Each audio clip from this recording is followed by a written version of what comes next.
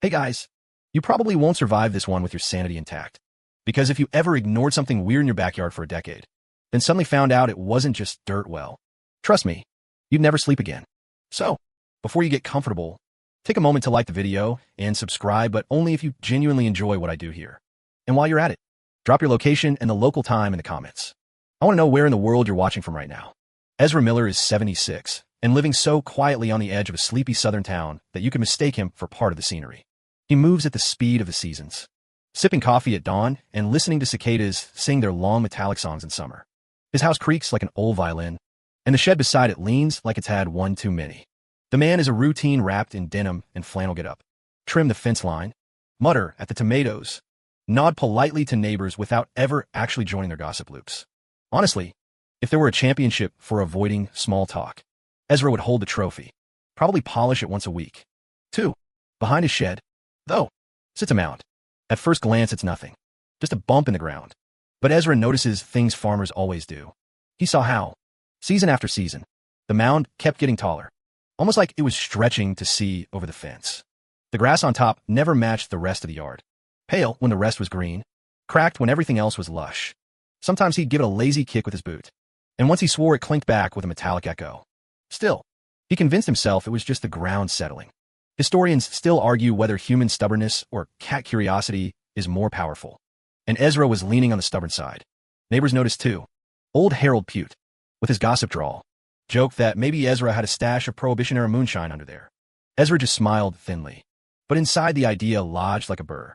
You can laugh off ghost stories, crocodile dung sunscreen, and Harold's theories about alien crop circles.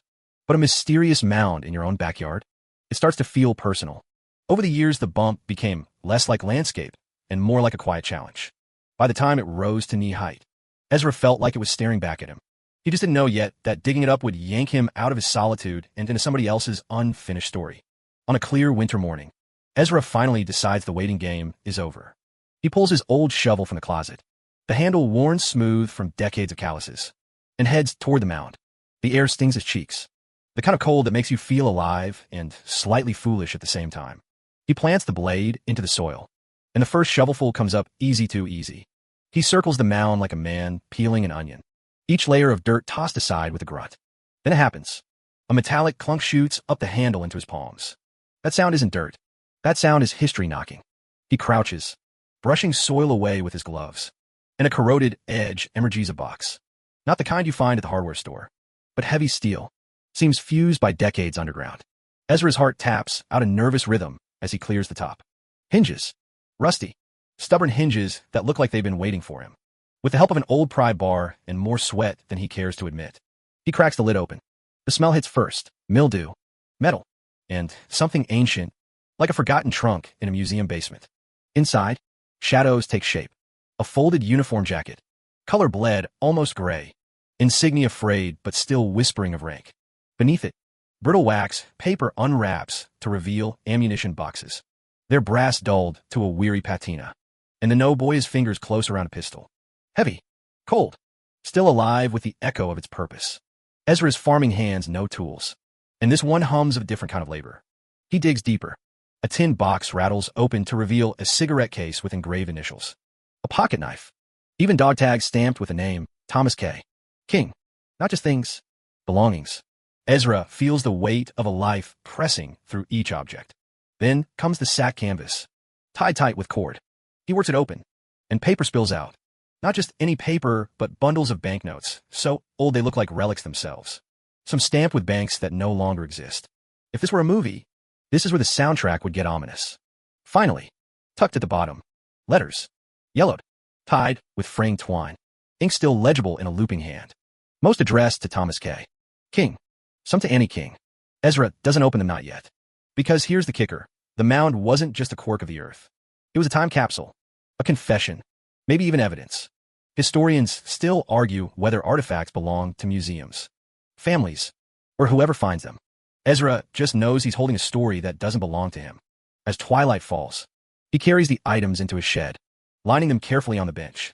The box, now empty, sits outside like a discarded shell. But inside the shed, under the smell of oil and cedar, Ezra feels the air thicken. The past isn't just Doug Yupits awake. and it's sitting on his workbench, staring at him in the form of dog tags and faded ink. Ezra hardly sleeps after that night. Every creak of the old house feels sharper. Every gust of wind rattling the tin on the shed sounds like footsteps. He keeps staring at the trunk he's moved the relics into, his mind circling the name on the dog tags Thomas K. King. At the library, microfilm reels and yellowed newspapers piece together fragments of a life. A decorated soldier returned from Europe. A purple heart pinned proudly to his chest. Then a small note years later, local man missing. No leads. That's it. A man celebrated, then erased. And now Ezra is holding the pieces of the erasure in his hands. But the strangest part? He isn't the only one interested. He notices tire tracks by his fence that don't belong to Harold's pickup. He spots a figure standing at dusk, just outside the tree line, watching but never speaking. One evening, a stranger ambles up the drive, all polite words about local history, but his eyes slide toward the shed like a compass needle. Ezra lies and says he's found nothing unusual. But the man's half-smile makes it clear he doesn't believe it. It's like the mound wasn't just hiding a box, it was bait. That night, Ezra sits at the kitchen table, dog tags in his palm, the words from one of Annie King's letters echoing in his mind. Keep the box safe. It's no longer just about curiosity. The past has teeth, and those teeth are moving closer. Historians still argue whether secrets rot away harmlessly underground or whether they ferment until someone unearths them, releasing all the pressure at once. Ezra doesn't need a historian to tell him. This one is fermenting fast. He calls an old army friend, Miles Turner, once a sheriff, now retired but still sharp.